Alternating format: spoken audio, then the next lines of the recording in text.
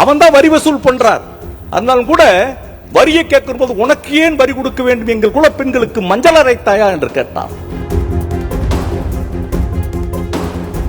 எங்கள் ஊர்ல தான் மனித ஜாதியாக மனிதர்கள் தான் இருக்க முடியும் என்பதை தெரிந்த முண்டாசு கவிஞன் பாரத்.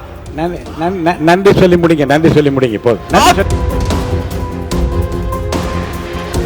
இந்த அவையினுடைய கதவுகள் பூட்டப்படும் என்று சொன்னபோது என்னை அறியாமல் வந்த வார்த்தைகளுக்கு நீங்கள் அருள் கூர்ந்து அதை மறந்துவிட வேண்டும் என்று கேட்டு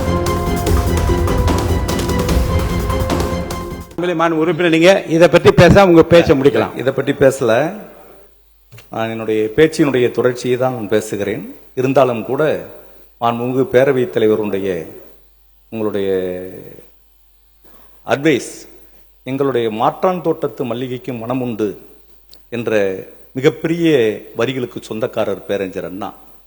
பெரியார், பேரறிஞர் அண்ணா, முத்தமிழறிஞர் கலைஞர், புரட்சித் தலைவர் எம்ஜிஆரினுடைய மடியில் விளையாடி அரசியல் படித்து மாபெரும் ஆலமரமாக இருக்கிற எங்கள் கட்சியினுடைய தானை தலைவர் முத்துவேல் கருணாநிதி ஸ்டாலின் அவர்களை சந்திக்கிற போது மார்க்கண்டேயன் முதலமைச்சர் எது பேசியிருந்தாலும் கூட நீங்கள் முதல்வரை இவ்வளவு தடிமையான வார்த்தைகளால் பேசியிருக்க கூடாதுதான் என் தலைவர் எனக்கு அறிவுறுத்தினார். அதை போன்று என்னை சிறைச்சாலையிலே பார்க்க வருகிற போது எவ்வளவு மாற்று அரசியல் கருத்துக்கள் இருந்தாலும் கூட எங்களுக்கு எதிர்க்கட்சியினுடைய தலைவர் மிகப்பெரிய போராட்டக்காரத்துக்கு சொந்தக்காரர், ஈட்டியே இதயத்தில் பாய்ந்தாலும் அதை எடுத்துவிட்டு ஓடுகிற வல்லரசுக்கு சொந்தக்காரர் உதயநிதி ஸ்டாலின் என்னை சிறைச்சாலைகளை பாளையங்கோட்டையில பார்க்கிற போது நீங்கள் முதலமைச்சரை இந்த அளவுக்கு பேசியிருக்க வேண்டாம் என்பது தான் சொன்னார். எங்களுடைய நாடாளுமன்ற உறுப்பினர் திருமிகு கனிமொழி கருணாநிதி அவர்களும் எவ்வளவுதான் இருந்தாலும் கூட முதலமைச்சர் பேசியிருந்தால் அதற்கு நாம் அறிவுபூர்வமாக பதில் சொல்ல வேண்டும், தடிமனான வார்த்தைகளை பேசியிருக்க வேண்டும் என்றுதான் சொன்னார். எங்களுடைய முதன்மை செயலாளர் நேரு அவர்களும் எங்களுடைய கொறடா வேலு ஐயா அவர்களும் கூட நாம் பண்பட்ட அரசியல் இயக்கத்தை சேர்ந்தவர்கள் என்பதுதான் சொன்னார்களே என்பதை எங்களுடைய தலைவர்கள் எவ்வளவு மாட்சிமைக்குரியவர்கள் என்பதை இந்த அவையிலே நான் பதிய வைக்க விரும்புகிறேன்.